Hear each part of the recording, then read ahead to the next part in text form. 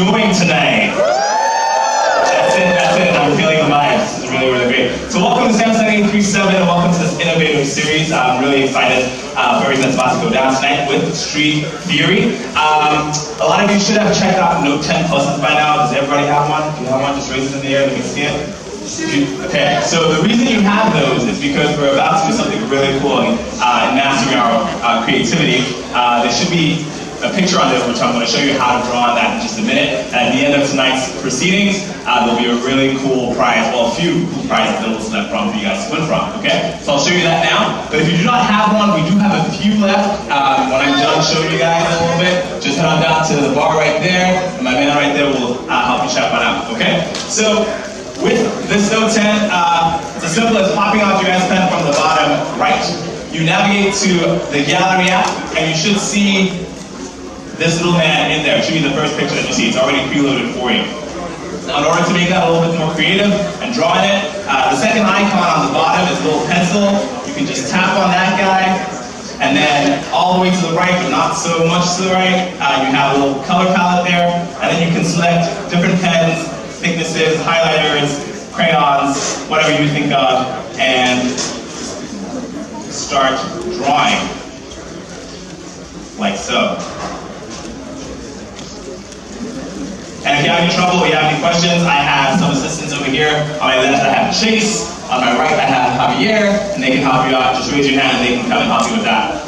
I'm not the best artist in the world, but that's why I'm here, so I can learn just like all of us out here.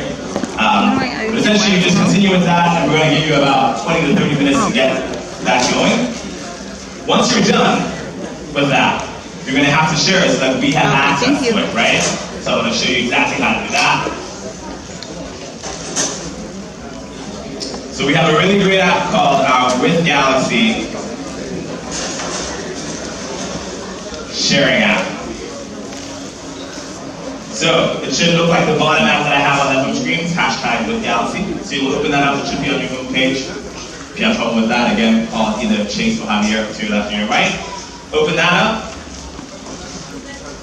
and it should start downloading a bunch of things and going through some processes.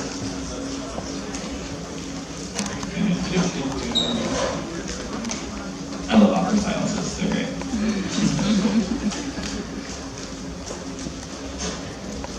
Okay, cool. Now once we get there, we can just swipe up and then download, go to the plus sign, sorry, I should have said that, and then you can add the image that you just loaded, that you just made, enter your email address, and then type your email address, we'll send that to you. And once you're done, you can send that with the hashtag Samsung Experience. Share that to your social. Make sure that your social Twitter feeds are set to public so we can access that to see who has actually won. At the end of tonight's proceedings, we will throw up some of the winners on there. And the prize is going to be some Galaxy Buds. Like I wish I was, eligible to win this. So you guys are really in for a treat tonight. And that's that for me. But before we get on to tonight's stuff, I'm going to invite my partner over here, Gershon Peterson. Give him a round of applause. Yeah. Gershon's going to show us another cool feature that we can do with 3D mapping on our Note 10 Plus. All right, cool. All right, so first off, good evening, everyone. All right. So if you haven't heard, I'm Gershon, and today we're going to be learning how to really bring our 2D drawings to a 3D scale, right? Now, it's really cool to be able to draw and customize as you saw before, but what about if you want to recreate it and maybe make your own one of these, or maybe it's not this, maybe it's clothing, shoes, or whatever. Shouldn't you do that with the thing you have in your pocket to do everything else, right? Which is what we're going to show you today. So, let me introduce you to it. So you're going to go from your home screen, and you're going to go to the 3D scanner, which was built in. Let's go to it right now. That's really cool. Can I one of these are good? Yeah, it's fine. It's like a Stay Puft Marshmallow Man, right? Now, here we go. Now we're going to start from here. Make sure we have like a nice neutral light. And then get to scanning it in a complete circle, right? Now you're going to make sure you move all around, make sure you're getting every single detail. You notice where it has that blue outline? That's where you need to scan. Now some of the stuff you want to make sure that you have a direct light and nothing that is translucent underneath or too reflective. This surface is actually really, really cool because since it's white, no light reflects back, and pretty much I can go really fast if I wanted to get the perfect 3D print. Now let me show you what this would look like if we just went to go scan it, right? Stop scanning, and let me show you. This is actually one that we did earlier today. And it's pretty detailed. And you can do this with like shoes, hats, and other designs that you have. And just send it over to somebody with a 3D scanner, and there you go. Your business is moving, you design right on your phone, and now you're reproducing in just a couple of minutes, right? Now, I'm gonna show you one cool feature right after this, which is, it's kind of funny. If you get a chance to see the Galaxy, like the Unpacked event, when they were talking about the brand new products and stuff like that, if you didn't, let me give you a peek of what we did. So I'm gonna have Kevin, thank you, right? So what we're gonna do is we're gonna make this little guy come to life. It's called the Buddy, by the way, right? Hi, Buddy. That's It was me. Okay. Definitely. Weird. All right, here we go. So we are going to first attach. You're gonna see it says attach here. And you wanna make sure you're probably about 10 feet or more away. That way, when the camera comes on, his full body is on. So I'm gonna press that camera icon just to right here. And you see he's dancing. And then I want you to put one, legs, hands, and he's dancing. This is like an albino flubber thing. I remember throwback. This when you know how old you are when you reference flubber. That's awesome. You're also correct. Alright? So this is pretty cool because not only can you take a picture of it, you can also record it, which we're gonna do right now. Record it. And there you go. Now I'm not sure how many people will have it dancing, but the cool point is you have tons of freedom to sketch, create, and bring your creation to life just like this. And you can become your own creator, your own toy maker, designer, whatever, in just a couple of minutes. Just by using that same tool that you carry around with you every day, that being your phone, right? So, I want to thank you for listening to me rant about the Buddy and the Note 10 Plus, okay? So we're going to head out, and we're going to make sure that this panel gets going. So thank you once again. I'm Krishan Peterson, and that's Deputy Kevin Moetti. Thank you for listening to us, and enjoy Galaxy Innovator, and give the panelists a hand when they come out here. Please welcome to the stage Samsung Squad member Natasha Eubanks.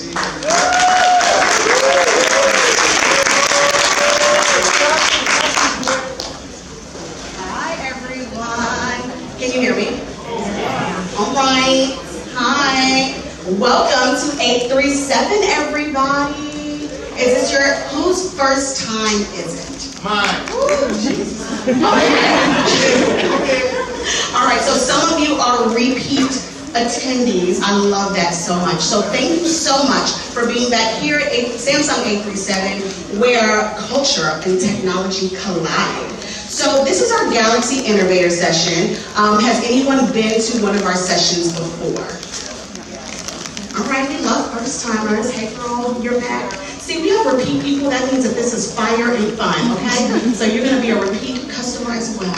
All right, so this is our new discussion series that highlights entrepreneurs at the forefront of innovation and identity. I am Natasha Eubanks. I am the founder and CEO of TheYBF.com, Young, Black, and Fabulous. And hi. And we are 15 years strong in this entertainment news game, y'all. And it's a lot going on all the time. Yes, I like him. Thank you. And so I can definitely relate to our guests here today who have mastered turning their creative hustle into an actual business. TheYBF.com is a now multi-platform business with not just our website where we talk about entertainment news, pop culture, everything about Black Hollywood, Black culture, and everyone who loves it. We are also now a podcast hosted by me, as well as hosting events, as well as freelancers and employees and writers and everyone all over the country. We have people on red carpets at different events talking to the celebs we talk about. And we also do set visits and go visit artists and and actors and actresses and singers, and we get the actual real deal from their mouths after we talk about the headlines that they're in. So that's what we do, and we love it, and we're gonna talk more about turning your hustle into a business. Okay, so today we're here for a very special discussion with an artist-owned agency called Street Theory. Yay! And they're an amazing group of artists who they all have started off doing the work, the actual creative side themselves, and now they're all making it a business, okay? So our group here today is going to share their creative journeys and how technology empowers them to defy barriers and connect more meaningfully with their audience, like you, and also their clients. So today we're talking to Marca27, who's the co-founder, creative director, and artist for Street Theory. Liza Quinones, co-founder, CEO, and artist management for Street Theory. Two artists who are Indie 184, as well as Jeff Enriquez, and photographer who also handles and creates Moses Mitchell Photography, Moses Mitchell. Okay, it's a lot. It's a lot of people, but it's gonna be a lot of good information, okay? Okay, so I want to first thank Samsung 837 for having such an amazing event like this and creating this series so that artists and creatives and people that don't have typical 9-to-5 jobs can come together and really talk about the challenges, the struggles, the successes, what our business looks like now, and we can all share our experiences in this beautiful place, and that people like you can come and chat with us too. So round of applause for Samsung 837. So this is also always doing events like this, so if you want to see what else is coming up, and it's not just about art, there are panels about literature as well as fashion and makeup and beauty and empowerment and everything you can think of, there's an event for it. Gaming, all of that stuff. You need to go to samsung.com/837 for all the upcoming events, okay? Also, if you want to share anything from tonight, and you should, on your social media, tag Samsung using hashtag Samsung Experience. If you're on Instagram, it's at Samsung Mobile USA. And on Twitter, it's at Samsung Mobile US. So, we're also going to have goodie bags. So the way that you win a goodie bag, and listen carefully because you're gonna want one, the way that you do this is by submitting something on Twitter. So everyone has their Samsung, their Galaxy 10 in their hands, right? Their Note 10, sorry. Right? Everybody know? All right. And you were told what app to go to create your own image and graphic, correct? Okay, so the artists from Street Theory have worked on designing vinyl toys. And tonight, they're giving you a chance to get creative with your Note 10 and your S Pen, my favorite part of the Note 10 to be honest. And you're gonna be trying to design the same buddy, that's what it's called, toy graphic of your own, okay? So, if you've done it already, go ahead and submit it on Twitter. Twitter only, all right? That's the only way you can enter for the goodie bag. On Twitter, and just put hashtag Samsung Experience. And at the end of the discussion, we're gonna be picking out our favorite ones, and we're gonna let you know who won, and you're gonna get one of those, all right? Some goodies like earbuds from Samsung, like the high quality ones, not the 2 for $10 ones, you know, the good ones. And also some goodies from Street Theory, okay? All right, so a round of applause for our upcoming guests.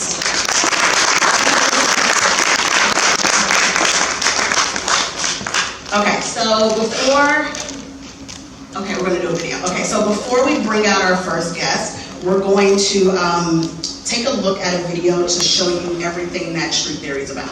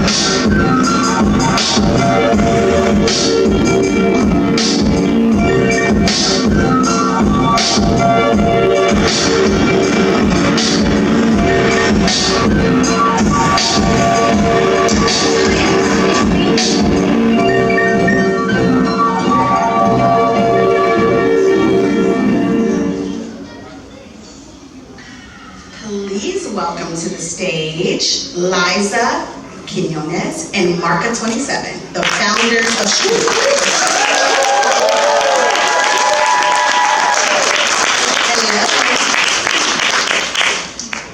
Please take a seat.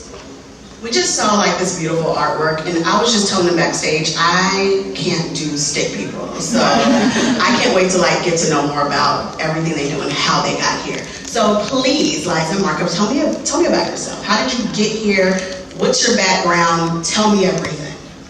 Well, we met a long time ago in college, but you know, we've been doing street theater College for the past couple sweethearts. of years. Yeah, college sweethearts. But last year, actually yesterday was our 14-year anniversary. Wedding anniversary. That's right, wedding anniversary. But you know, we're happy to be here. Thank you for having us. You know, and thank you all for coming through. Amazing. Thank you. Liza. So Street Theory is one of our babies, one of many. We actually have children as well, and so this is kind of the way that our art has evolved into something that's legitimate, that we can continue to build upon as a business, and that's thriving, that we hope to continue to thrive. And what exactly does the business do? So we work in the realm of public art, and also brand and community activations as well. You know, Victor's experiences in graffiti and in street art, and I handle a lot of the business of it, and I've started to also work with a couple of other artists in that realm too. Very nice. Okay, our next guest is Jeff Enriquez. He's an artist whose recent works include the Pedestrian series, and it's realistic street art that is paintings of city landscapes that can be seen on large-scale walls, kind of what you saw up there, from Brooklyn to the Lower East Side and the South Bronx. His work has been featured, everywhere it seems. Hypebeast, OK Player, Complex, Vibe, and XXL Magazine. And now his recent commissions include works from the MLB, the Major League Baseball Association, the New York Yankees, and Street Theory, and the Bushwick Collective, and obviously Samsung. So please welcome Jeff Enriquez.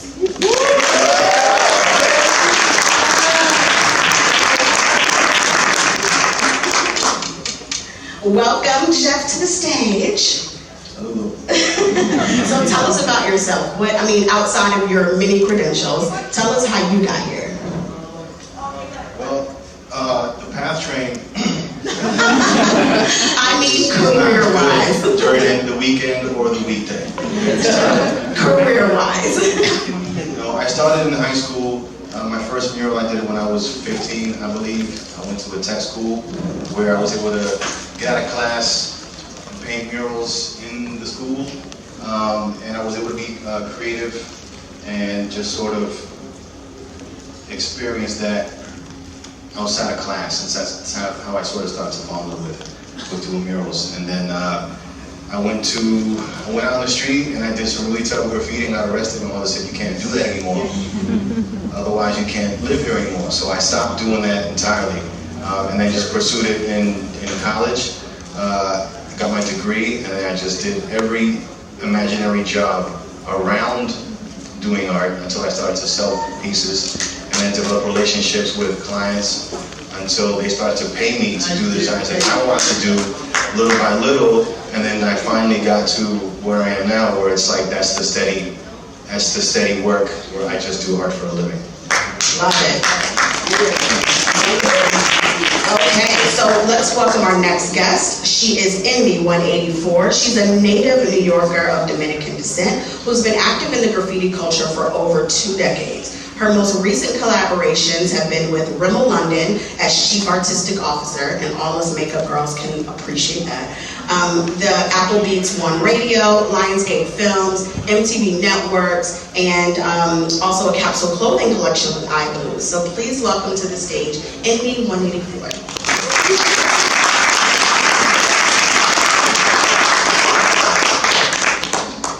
Hello, hello. Thanks for being here. So tell us how you got here. You have tons of credentials as well. How did you start? Okay, well, I started basically just kind of dabbling on the computer, and I learned I taught myself graphic design, like during college years, and then I did a lot of internships. I knew what I wanted and I didn't want to do, and I also worked different jobs, like clothing company, you know, like so many different angles, but I was trying to absorb all the creativeness and where I wanted to go. So eventually I did licensing, graphic design for a licensing company. And then I just kind of ventured off on my own. I started working for my ex-partner who was already established in the kind of art world. And then I just took center stage, honestly, after like years of paying kind of my dues. Step into her power, yes. Okay, our final guest this evening is bringing the photography scene all the way from LA, and now he's here just for this. Okay, maybe not just for this, but kind of just for this. So he's all the way from LA, and the photographer Moses Mitchell's work has featured people from all walks of life, from Erykah Badu and Grandmaster Flash to Marca 27 right here, and OG Slick. His commercial work can be seen in recent campaigns with Sephora, NARS, CBS, VH1, BET, Adidas, Smirnoff, and clearly the list goes on. Let's see if he'll get me a good Sephora gift card. Please welcome to the stage, Moses Mitchell.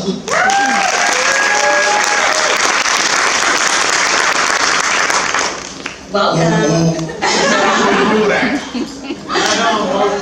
You have all the connects. Tell us how you got here. How did your resume get this long? I was blessed with an amazing father, Reginald Mitchell Sr. Shout out. My father was a cameraman for CBS, and he brought me around everywhere he went. Learned how to carry a camera and use it by the age of 3, and that's why I'm better than everyone here. Joke. And then it just carried on. My father saw that I did have learning disabilities, dyslexia, and photography and art is what kept me going. So Love that. Yes, let's give this a round of applause, please. So Liza and Margot, what was the inspiration for getting this brand off the ground, and how does your identity play into getting that done? I've been an artist my whole life. You know, Liza, when she met me, I was already an artist. But I also worked the corporate, industry. I was doing work for Converse, Nike, and a couple of other brands. And, I'm sure there's a lot of people in the audience. Show of hands, how many of you want to leave your full-time and be a full-time, whatever it is you're trying to do? I would see every hand go up, unless you're already full-time, then what you want to do. So that's the thing, and we really just kind of worked hard and got to the level where the artwork and the projects that we were doing always, on the side while working a full-time job, started to pay off even more than the full-time job and be a lot more beneficial for us in many ways. So from there, Liza grew, I grew, and Street Theory became a reality, and I left the corporate world and haven't looked back since. Part of that was for, on my end, to start to sort of legitimize our process, right? So as we started to evolve and get more clients and get bigger projects and things like that, then we really had to find our lane and create templates for ourselves to, legitimize the proposal process, make artist decks, learn a little bit about intellectual property law and stuff like that, because through it all, we want to make sure that artists' rights are being protected, that the art is being protected, that the artist him and herself are being protected as well. And so that is sort of what entered into the agency field of working with Victor as well as working with other artists. There is, even though it's art, there is a lot of business behind art all the time. Remember that. So Indy, tell me how what were your biggest decisions in school that you made to get to the career that you have now? When I started looking at colleges, and being the fact that I didn't come from like my culture and that didn't really support art, my mom, she didn't kind of get it. Being a single mom, it was just about survival. So I didn't really had to kind of nurture myself and kind of be resourceful and just pay attention, honestly. So I wanted to do art, but it was a lot of fears and insecurities, and I just was like, you know what, I'm just gonna go for the safe thing and focus on and major in business. So that's what I did. I did graphic communication and marketing, but I really wanted to get creative. So that was like a big decision. And at the end, after like 3 years of college or whatever, I just went and I just followed what I really wanted to do, which was art. So Jeff, tell us how you took your work from the very proper gallery scene to the streets. What inspired that pivot? Well, the reality is if you work only like in your studio or in galleries, you limit your audience. So I had already been doing murals since I was a kid, so it was just a matter of when am I going to get to a wall and then start putting stuff up, and it boils down to whenever they let you. So I had to go out and develop relationships with people and convince them that it was a good idea for me to paint on their wall. I'd offer them free murals and just go out and say, hey look, this is what I have to offer, can I paint? And after they tell you no, 100 times, someone will say yes eventually, and then you just have to smash that one as best you can do it. Then the next one, you do it again, and it's a process. It's a relationship building process with people so that they know your name in the street and they can, to some degree, speak highly enough where, other people can vouch for you. Your work can speak for itself, and little by little, it's a slow process if you're on ground level, but it needs to be done. You gotta do it.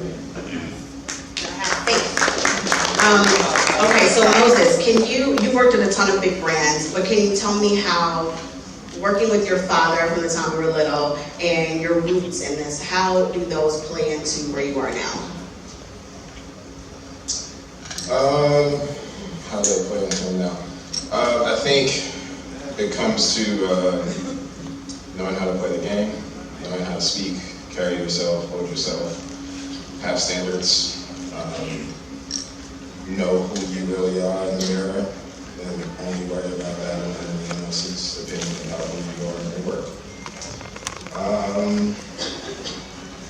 My father's thing was about making sure that people of color did not look a certain way, and that you show the beauty of life in everything. So that was what developed my eye, and I choose to still do that. You can show all the trife in the world, and people benefit off that, or you can actually show the beauty in the cracks of the wall and see it. Thank you. It's as cliche as it may sound, being dyslexic and being a man of color who was always looked at as different because of my slanted eyes and my height, whatever the case may be, finding yourself and being okay with that is the most important. And that's what my father taught me. My son's sitting over there, that's what I taught him. He has the camera in his hand. And I passed it like that. Yeah, love it. All right, so let's get into the technology of this, since that's mainly why we're here, and how you use technology to help you in your everyday life and your work process and all of that. So the intersection of tech and art is probably different for all of you. Some of you are more business and management side, and some of you are behind the camera. And so I want to know, you as painters and graffiti artists and things like that, how are you incorporating tech into your daily work? And also, how are you using it to push your own brands? First of all, I think an artist and a creative person is only as good as they are resourceful, right? If you limit your tools and if you limit your approach, then your artwork in general is going to be limited. So if you just stick to one certain thing, you become a one-trick pony. But if you have resources, if you know people, if you got a friend in college that has access to 3D printers, laser cutters, devices, then you use that and you put it into your creativity. And really, your creativity is what makes those devices powerful, because they're useless if you don't have imagination. So for me, I use anything and everything that I can to try and elevate the work that I do. You know, whether it's like cutting up sneakers on a laser cutter or using a tablet to, do a digital mock-up of a mural. I don't ever limit my process. And Liza, you have the business side. She says that she dabbles in the art, but she's the businesswoman behind this. What technology do you use daily to make sure your brand is on point and everything's on point? I'm using the computer daily. I'm on email daily. I like to bring the tablets with me when we're meeting with a client to show past works and just have everything packaged that's really pretty. I mean, this day and age is all about social media and capturing content, so whether you have access to an amazing photographer or an amazing videographer, I think artists should always be documenting their work, even if it's just on their own smartphone, getting a little tripod or something that can capture you, or do a little bit of a time lapse just so that you're capturing content all the time. That's a good point. For me, I have to be on both sides of the table. So I have to be the artist selling my art, and then I have to negotiate on my own behalf and sit across from oh, hi Liza. Oh, okay. Oh, okay, so I was saying, right? So I'm the agent and I'm the artist at the same time. So as far as emails and putting presentations together and having my pitch be correct, all of those things I have to utilize. It's like I have to put on the suit, I have to put on the artist get up, and then go out and get paint over myself, and then do the work, and then come back and then make sure that the contracts are being honored and the dates and times and things like that. So I have to wear both hats, which is actually a really good skill to have. You don't just have to be one or the other. It's a lot to be both, or to know how to work both angles. But for me, being a more or less one-man operation, it's been extremely useful to be able to use the technology, not just to make mock-ups and to create art, but also to utilize that for communication with clients that don't understand necessarily the artist's language, the artist's culture, for them to understand if we're 20 minutes late. That's because of the way it is. Artists are late sometimes. But at the same time, we can't also be lazy and show up to some corporate meeting and expect them to pass a check across the table either. So there's a balance there, Okay, so I totally agree with that too. And so I know that you have some examples of you all's work, and you can show us on the note 10. Okay. So people can see all the amazing things being created. Just not being really put on a platform the way they should be, that being beautiful women of color, especially in a city like Boston, that needs to be amplified a lot more. What kind of digital, what technology are you using for this? How does one even think this up, and how do you carry this out? What are you using? I mean, for this particular mural, you'd have to photograph the building first, just so you can get an idea of how big the image is going to be on there. Obviously you would sketch right on top of the photograph of the building, you would lay it out. I was lucky to have different elements already taken apart, so the heart, the flowers, and the woman. And the woman actually had braids in the real photo. I had to give her hair and give her volume so the composition works. So yeah, there's a lot of different devices, from phones to cameras to laptops, and of course just sketching things by hand just to make sure it all flows. And this is it on the actual building it's on the itself? Actual building itself, it's 100% spray paint. All my graffiti heads out there, young ones talking about it. Yeah, let's do another one. For sure, let's just choose one more. You see, can you Oh, pull it that's up? so cute. Tell us about this one. That's actually our daughter when she was 6. She modeled for that photograph. If you see the woman on the bottom looking out of her window, she's about 5'6", 5'7". That just gives you an idea of the scale. And same thing. We were fortunate to work with a photographer that did a photo shoot with us. And from there, we were able to take the image, manipulate it, add things that weren't in the photograph, like the flowers and the hummingbirds and everything else that was in there. And the textiles from Guatemala, so we wanted to represent Latino culture for this particular mural because it's in a predominantly Latin neighborhood. Mm-hmm. Okay. Do you want to do one last one? Oh, sure. Let's do one in New York. There you go. Where's So that? this is a rooftop where you guys can actually go anytime. It's a Vida Verde, which is a Mexican restaurant on 54th and Broadway. And if you guys, go to the rooftop, you can actually see this. It's surrounded by, a lot of big, skyscrapers. So it really just changes the whole vibe of the place. And they wanted to hire a Mexican artist to do several murals. I pretty much painted the whole restaurant. So definitely visit it if you want to have cocktails, have a good time, after party, after work party. But yeah, that's out there. Wow. And Jeff and Indy, let's see some of your work. And you tell us how tech comes into play with your process. Okay, this one, whoops, take two, actually. So this is oil on canvas, it's a 7-foot canvas. This one, I call it, whoops, take two, take three. This one's called The Hangover Part 2. I don't know, did the canvas come with a movie, Hangover Part 2? But, okay. This is oil on canvas, and this is just the kind of paint foam that you'd see, foam you'd see in the street. They're beginning to get removed and replaced with other, what is it, those towers now? It's crazy, but these are like the type of things that you used to see a lot and use all the time. They're different periods of time that they're starting to disappear. So I like to capture these and utilize all the detail that I can, but also represents a time in New York that still exists a little bit. And so everything on this canvas is completely freestyle. There was no reference photo other than I think the bottom shell of the phone booth, and the rest was just, was just free-handed. So this painting in particular is important because it's all technical.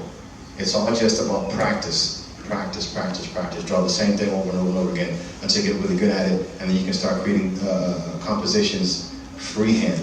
And that's what this is mostly about. Being really tight and really technical and showing the push and pull of the space.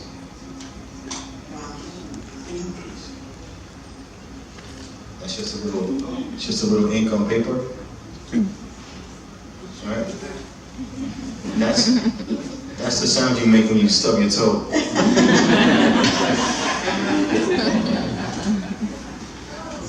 This is oil on canvas, and this one's called The Number You Have Dialed. And some of these, you zoom in, I don't know how much you can zoom in, but I changed some of the text, and it says New York is dead, and then it says, So you it says a few different things on there. Oh, it says, wait a minute, yeah, it says booty calls. It does, it says it on the canvas. Of course. So I juxtapose little things here and there to make it interesting. But, as far as painting photographically, it's the most difficult level to work at for me in my head. So I chase that part so that, everything else, if I want to add it into my artwork, it's not a difficult element to incorporate. But, yeah, these are my babies here. Nice. And Indy, let's see yours.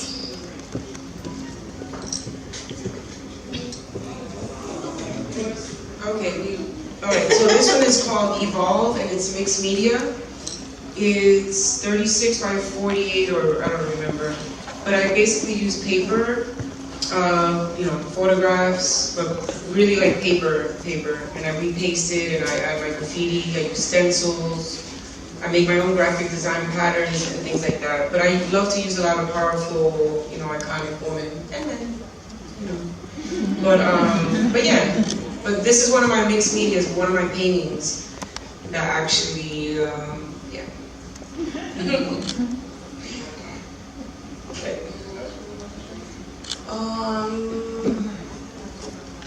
The fourth one, please. Yeah. So this one was a mural I did in the Lower East Side on Orchard Street, right in front of the Tenement Museum. And this was a Lisa project who curated the wall. So basically this is when I started taking, this is kind of my first mixed media mural, I think so. And then I basically just started combining my love for photography, street art, and graffiti, and graphic design. So that's what that is. So now instead of doing a graffiti piece with just my name and spray paint, I use, house paint, paper, and watercolor and things like that. But first, I do it on the computer first. I'm a, desktop girl. Don't have a tablet yet. But yeah, I have fun with it first with the image on the computer and stuff. So, and then I mock it up, which usually happens. They always ask for mock-up. I mean, it's gorgeous. I still cannot even fathom how to do this. It's gorgeous. Okay, so Moses, can you take us through some of the amazing portraits you've taken? Tell us the story behind, is that Biz Markie? That is Biz. Tell us, yeah, let's start with it. Tell us the story. This is in Vegas on set of Masters of the Mix, my old TV show on VH1. Shout out. Literally, so Biz is just one of those dudes who was always making faces, and that's just, I think, his normal face, really. That's just Biz. Technology, I guess. I don't miss the yellow fingernails because we had to develop, anyone who develops film knows about yellow fingernails. I don't miss that. Photoshop, I started when it was a program called Onyx Box, and it has literally allowed the photographer and the graphic artist to cut days out of their work from developing and exo-knifing and stuff to put things together. So that's the technology part of it, I guess. Let's see another. Who is this down on the bottom, the last one? I think I know who this is. That would be Miss Amber Rose. I knew it. Before she had tattoos. This is again, this is Masters of the Mix Season 2. There was a show that we did with Smirnoff, Daggio, and she was one of the hosts on Season 2, and this was the actual ad shoot that we did for the actual rollout campaign. How do you choose lighting and your settings, and because this is clearly very different than the Biz Markie one? Does she tell you what kind of feel she wants, Oh, or you just see absolutely it? Or you just see it in your head? Lighting, for all the photographers and videographers out there, lighting is first and key. Lens is second, and camera bodies, they come and go every 16 months. So when this is called, what is these things called? I hate these term names. When you're shooting against white, you basically just want to have absolutely no shadow, so graphic designers can take the stuff and kind of put all the other pieces in it without having to take the time. And so you want to just light the shit out of it. And when a graphic designer comes, they can bring down the levels and even it out, and you don't have any shadows to have to deal with. So that would be, again, the technology part. And lens, that was a 135 1.4 Zeiss, and that's the go-to lens that I go to 9 times out of 10. Very nice. Okay. So we're going to get into challenges and barriers, especially when it comes to making your hustle profitable and making it a business. Real quick though, I just want to get like 1 to 2 words from you. I want you to tell me what is the main, because this is what y'all do every day, what is the one main piece of technology that you literally cannot live without? You cannot move forward unless you have it by your side throughout the day. It could be socials, it could be like an actual physical thing or something digital, but what's the one thing that you need as a creator? Tablet or the phone? It's the tablet or the phone because they both do a lot of the same functions. Okay. Smartphone.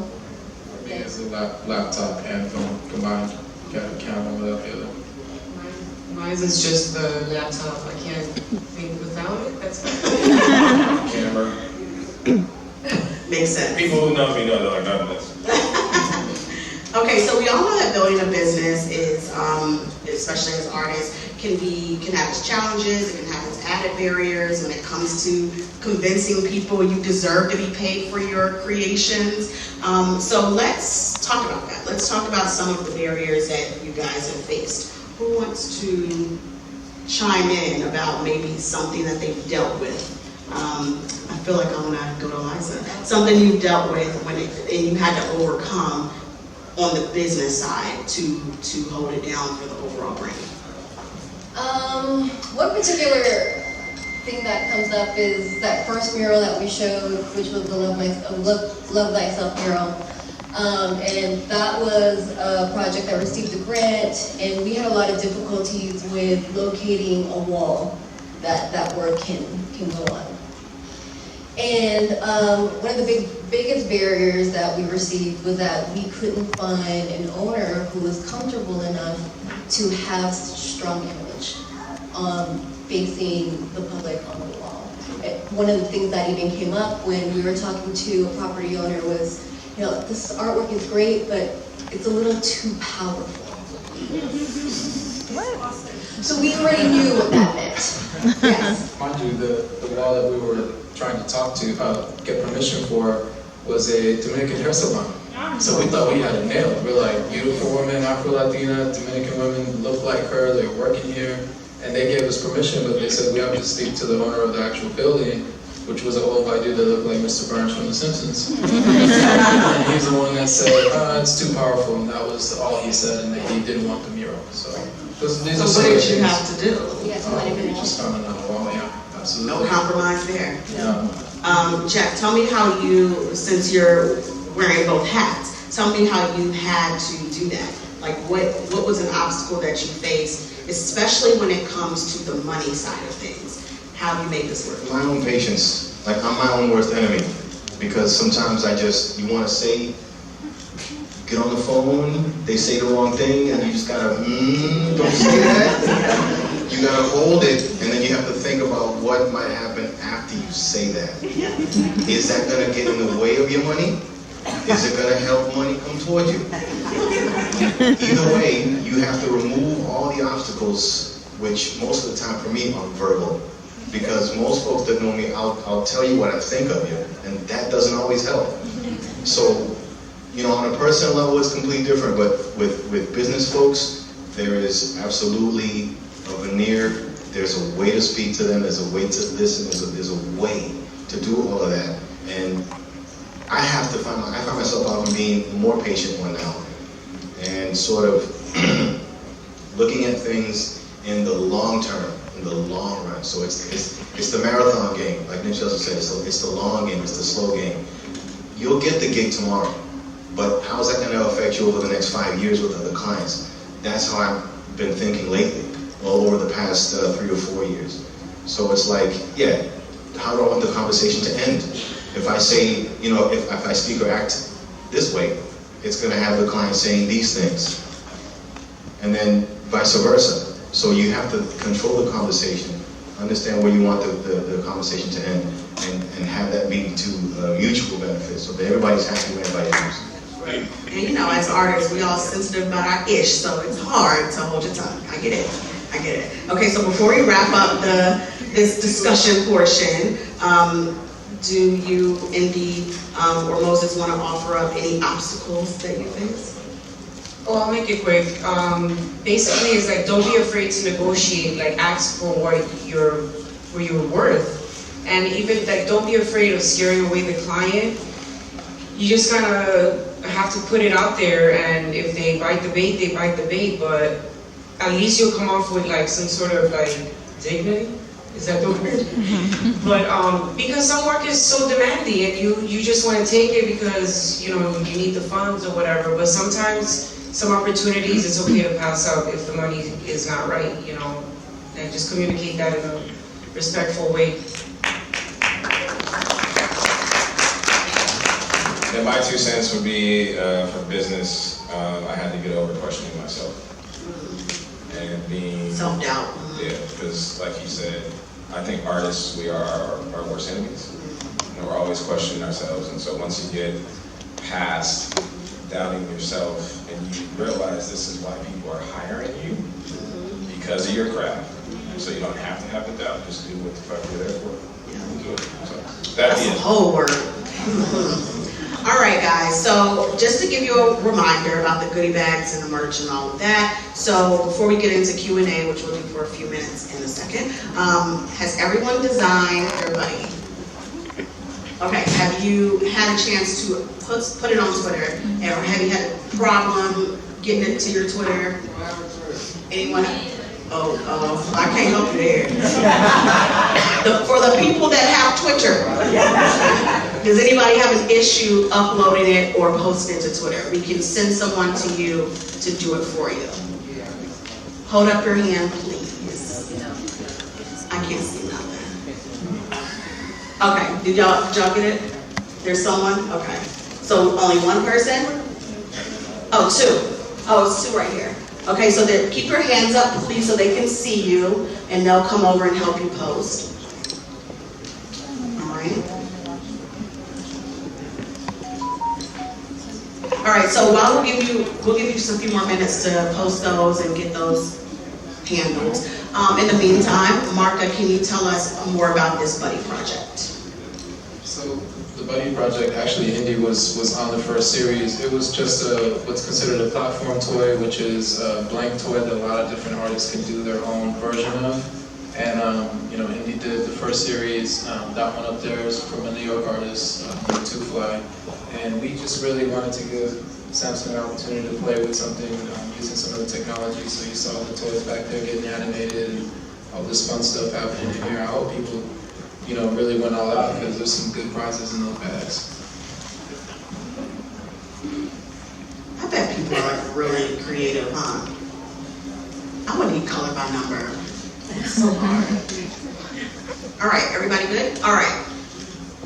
So now we're going to kick off Q&A. All right, so I hope you got questions, some really good questions to ask the crowd. Who wants to go first? Right here with, I think it's blue, I don't know, but a hat. Hello? Yep. Hi. I'm from Washington, D.C., but I live in the Bronx. And I'm sure you know about the movie The Joker, right?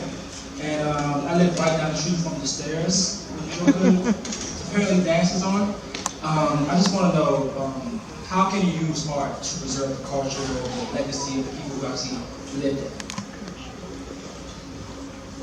Yes, I'm actually as I take my glasses off dramatically.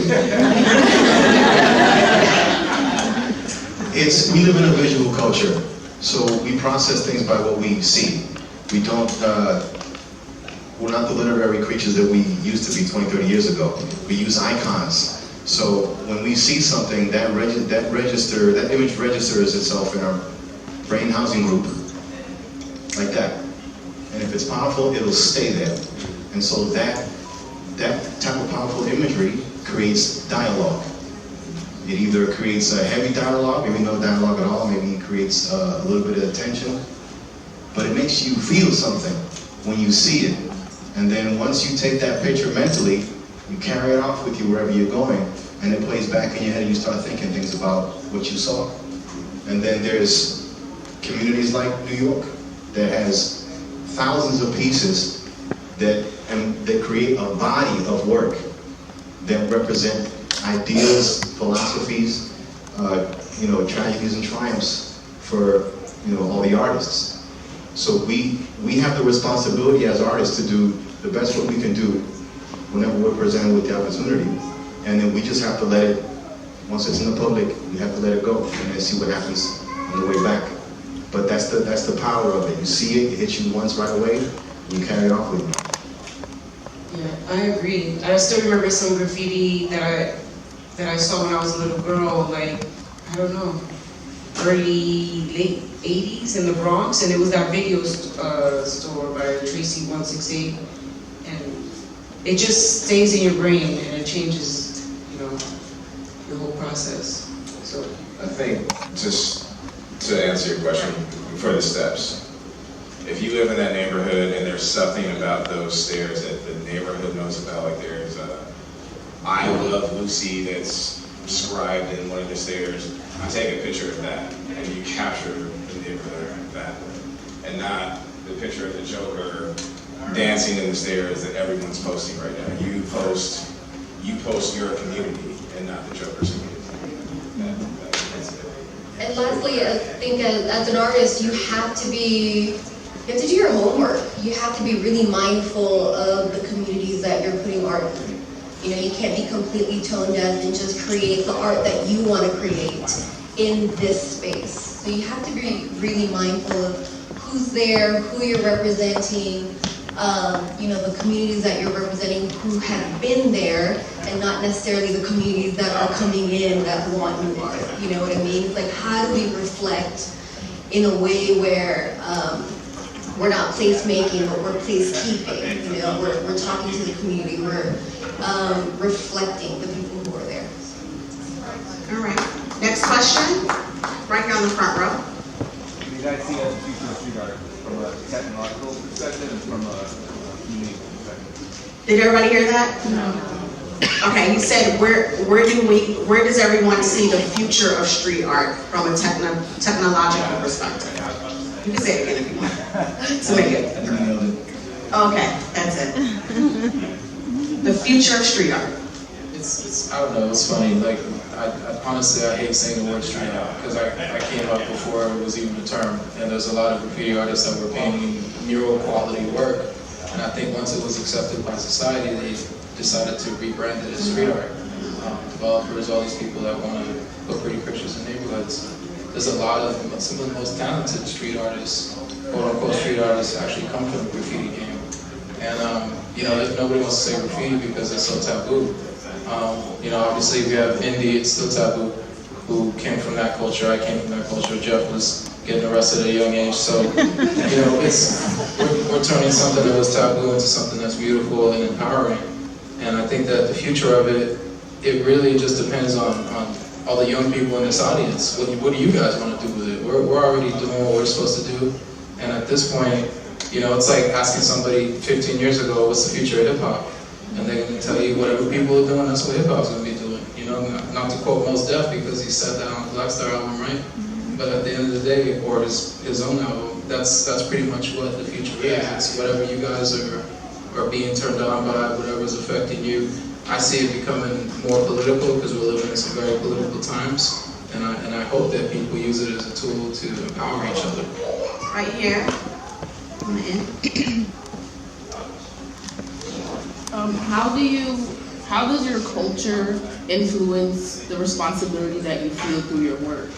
Like, I'm an Afro-Latina, so I feel that through my work I have to express that part of me and, you know, be responsible for the women who do look like me and aren't represented. So how does your work kind of manifest your culture and like where you come from? I can tell you that the last mural I did was of my godchild. So keeping it in the family like that way, she's automatically part of my culture, right? So, you know, like the village that raises the child, right? And then it was before that I did a mural of my 6-year-old, well, she was 6 years old at the time. And then I painted her again in Miami at Art Basel. And she's Black, Dominican, and Lebanese. So she's got that whole mix together. And so for me personally, I just paint folks in my family. Typically female, because I like to show the female in an empowered position. The youth especially, because we, you know, as an artist, we have a responsibility what we put on the walls. People are going to see them and talk about it. And they're talking about you. That's about the artist. So for me, to show a woman of color in a position of happiness, self-love, empowerment, that's scary to some people, but that's wonderful to me. You know what I mean? So I like to keep it there. And we're already part of the cultural ingredient. It's whether, you know, what do we pick out of that and then show it to everybody. So it's always, for me culturally, it's always personal. All right, next question. Another question. Yes, front row right here. How long does it usually take to develop one of these pieces? Like, for example, the one at Viva Verde, I've been there several times and I actually have pictures of that on my phone. So how long did it take you guys to actually put that together from the moment you thought about it, having it there, and when you sketch it on a tablet or phone, and you actually putting the piece up on the wall? Great question. I was fortunate that the chef was also Mexican, and he got the culture right away. So there wasn't a lot of back and forth, and it doesn't look right. It was kind of like he was familiar with my work, so he saw the idea and the concept, and then it just kind of, went to fruition. I would say that wall in particular took a little longer than it should have because I had to do it on scaffolding and not on a scissor lift and not on a machine that helps you do it a lot faster. So I don't know if you guys ever played like old school Donkey Kong when you're like running around and trying to go up things. That's pretty much what it was. I was in a, shout out to Jabril, my man over here, helped me a little bit when I was like, yo, give me that can. I dropped the yellow. We make it look sexy, but it's a lot of work. It's very strenuous, and it was cold as hell. So I would say that mural maybe just took for me 3 days max. And it also, depends on the client's turnaround, because some clients, like I painted a 6-story building for Pride and I only had 5 days. So it all depends on the client and the deadline they give you. How many hours in that day? Because 5 days and 3 days that seems crazy.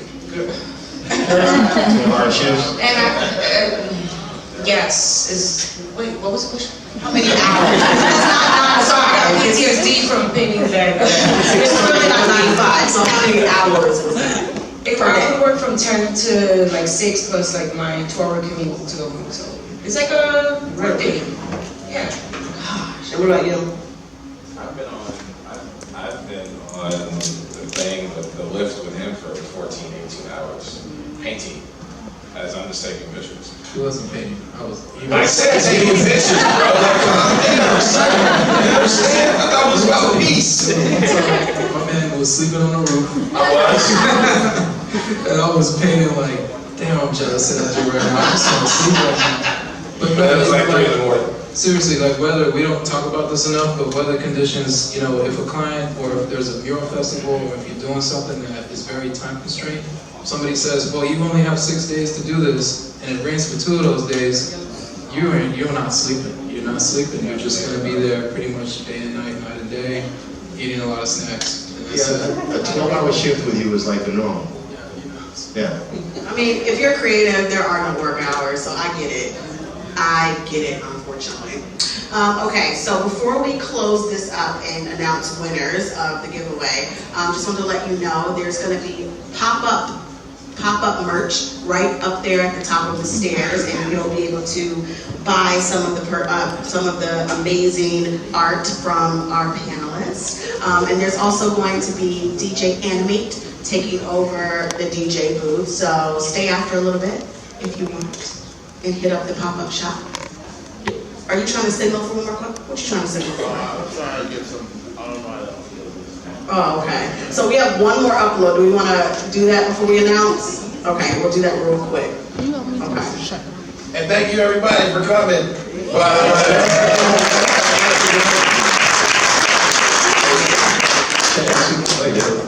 Did y'all love it? Yeah. Does everybody want to now go out and paint a mural? I know what I wanted to ask. Okay, you already talked about your arrest. Did anybody else get arrested for doing graffiti work or any type of art outside or anything like that? What happened? I've got lots of stories. Tell us the shortest one. Too many. I'll tell you, it's funny, man. Like, my friend and I, we have this inside joke. We call it whammo. It's white people camo. So like, if you got a white friend back in the day that could rack paint, you would have your friend go in and like rack paint, which means steel paint. As teenagers, he'd be the one to get away. We'd be the one getting followed all over the place. We're not doing anything.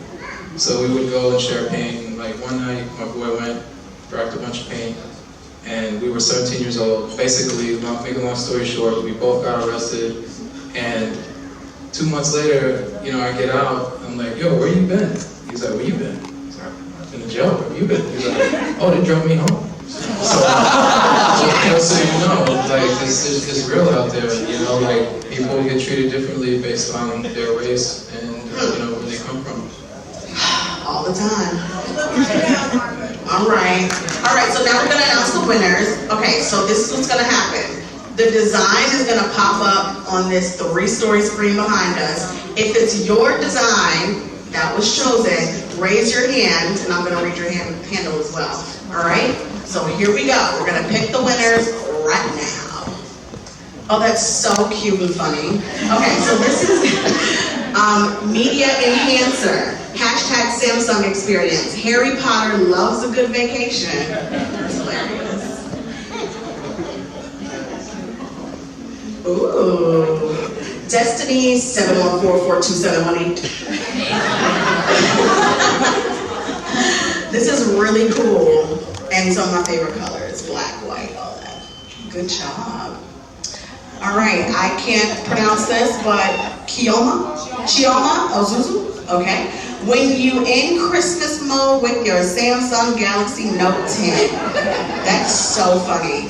And y'all, stop skipping to Christmas. We ain't had Halloween yet. Like, I want to hear Christmas music, but this is really cute. Good job. Motherland Ant has, this is really funny, hashtag Samsung 837. I assume this is a puppy with other things. I could be wrong. I don't know. Oh, wow. Somebody had time. Dan 029285545. Thank you for this. What is it? A lot of things? It is dope. Like, wow. Good job. Y'all are like true artists out here. How? Good job, everybody. And don't forget that the pop-up merch and stores are upstairs, and you can purchase some art from these fabulous panelists. And our guest DJ is also on deck.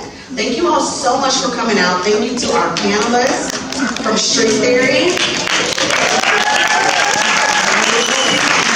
Samsung.com/837 is all the events, and thank you so much for being here. Thanks, guys.